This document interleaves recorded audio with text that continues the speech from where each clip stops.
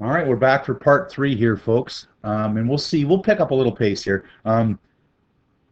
Whether we're deciding to graph or solve this one using the test point method or the graphing method, uh, one thing that was awesome about the last one was that was already factored, right? I could get these solutions real quick. So certainly part of the work that I'm going to need to do, whether I'm graphing y equals this or solving the equation for solving the equation, the related equation, I'm going to need to factor that, right? So whether you think of the graphing technique or the test point method, I'm going to have to factor that. In fact, I'm going to start by solving the related equation. SRE, solve the related equation. And so solving the related equation you'd think of as the test point method, but you'll see how we can kind of combine a little bit. And notice that if you don't recognize this looks like a factor theorem question, right? Because there's no common factor. But however, if you're sharp, you can kind of see something's going on here. This is a factor by grouping one. Watch the magic. Right? And oops, it's supposed to be 2. That wasn't that magical. There's my common factor. That comes out front. And then I see the solution to the related equation are x equals 2, x equals 3, and x equals minus 3. And that's the solution to the related equation. What's the next technique? Well, we can see us picking up pace here, right? I'm going to put those solutions on a number line. And now I normally use test points.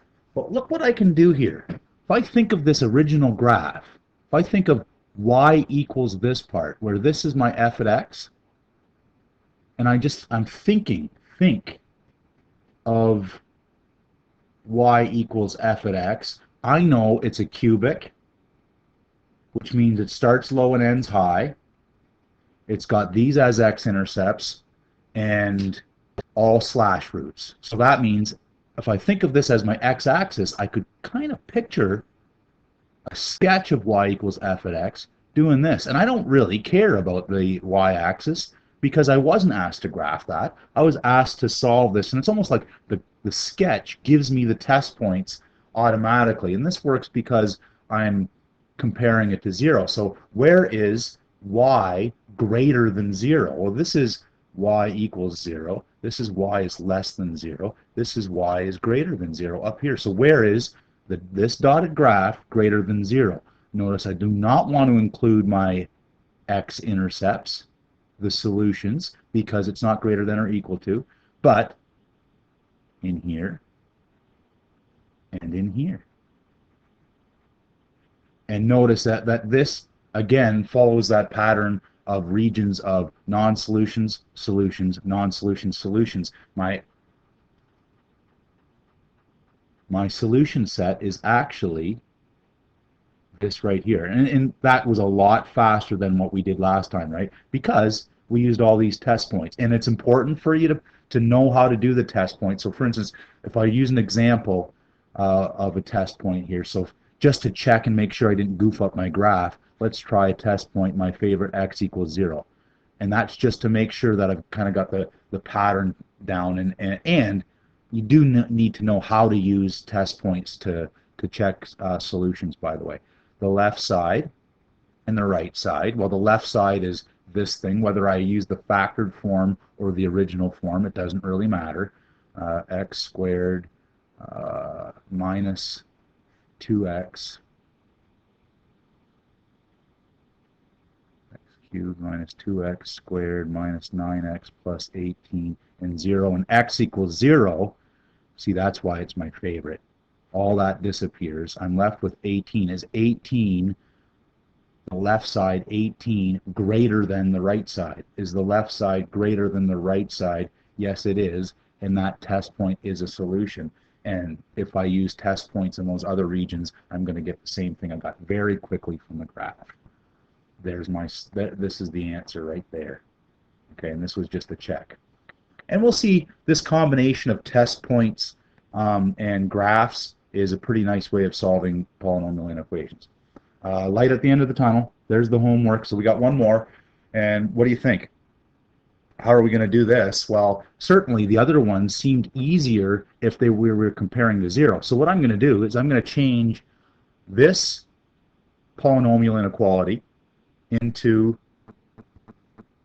an equivalent one. I'm going to solve the equivalent polynomial inequality comparing zero. And that's smart because then I can use the techniques that I'm used to. Okay, so I'm going to, again here, solve the related equation. Here, this maybe write down this first step. Get one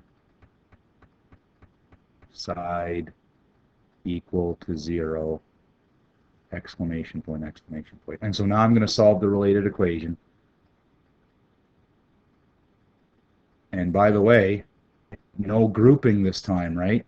This doesn't factor by grouping, so what do I have to do? Well, I'm going to use the factor theorem, right? So again, how do I use the factor theorem? I'm looking for values of x that will make this thing equal to zero, because then I can find a factor. And notice I try a few things. Remember, I'm only using numbers that divide into 3. So positive 1, negative 1, positive 3, negative 3. I try those, and I get that this one works.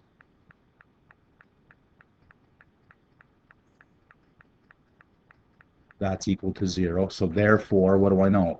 X minus that, or x plus 1, is a factor.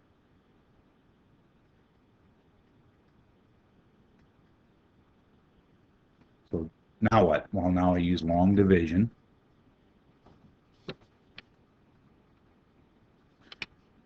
A lot of these are getting to be, it's getting to be old hat, this stuff, isn't it? It's not so bad. Hopefully, as you're watching these videos, you're trying these on your own, not just copying it down. Anyone could copy it down, but you should be trying and sort of listening to my explanation as you're trying. And if you make a mistake, you can hopefully find it that way. Minus 7x.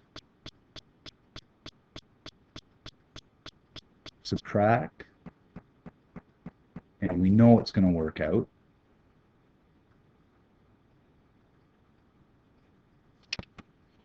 And now when I solve the related equation, so I'm going to call this star, by the way.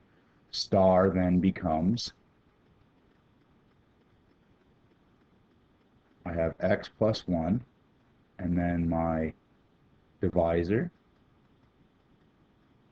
This is the related equation. I still haven't thought about the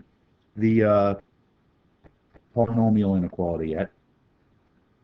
And this factors, hard trinomial, but it factors into x minus 1 and x minus 3, or 2x minus 1, numbers that multiply minus 7 in the middle. There's minus 6 and minus 1, minus 7.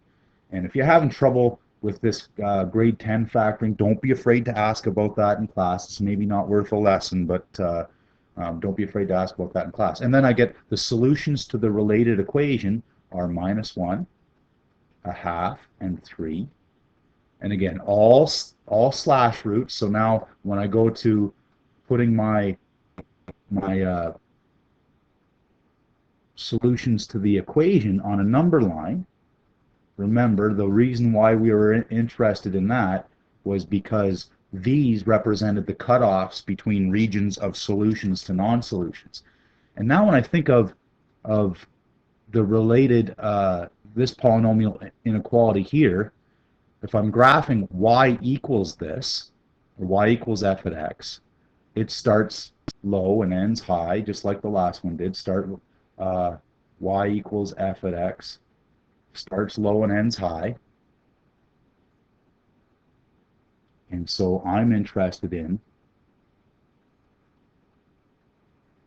when is this f at x greater than or equal to 0? So where is this sketch greater than or equal to 0? Well, there's equal to 0 right there. And where is it greater? All this part and all this part. So where are the solutions to my polynomial inequality? Solution set is -1, whoops,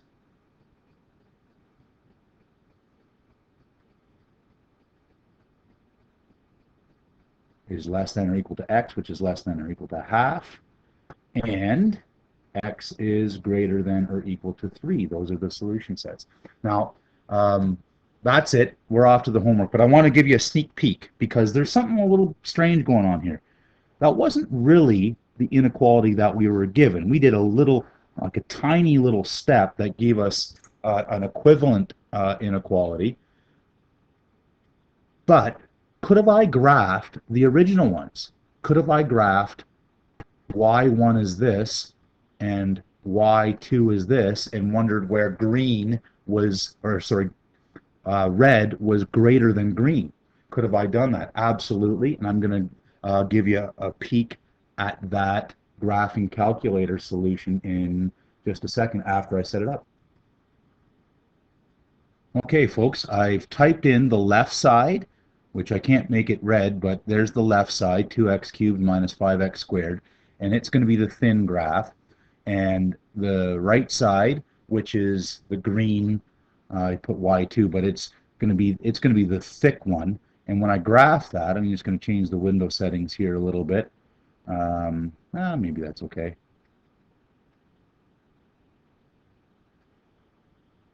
Change the window settings just a little bit.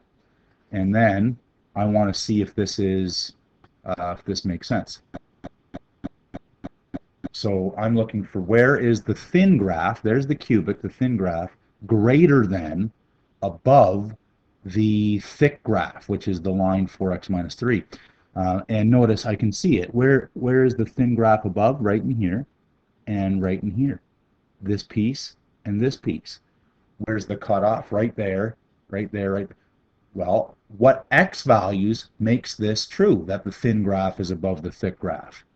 Well, there's the solution. I copied it from down on the bottom of our algebra. Does it make sense that it's from around -1 to +1/2, and then again on for all the values where x is greater than 3?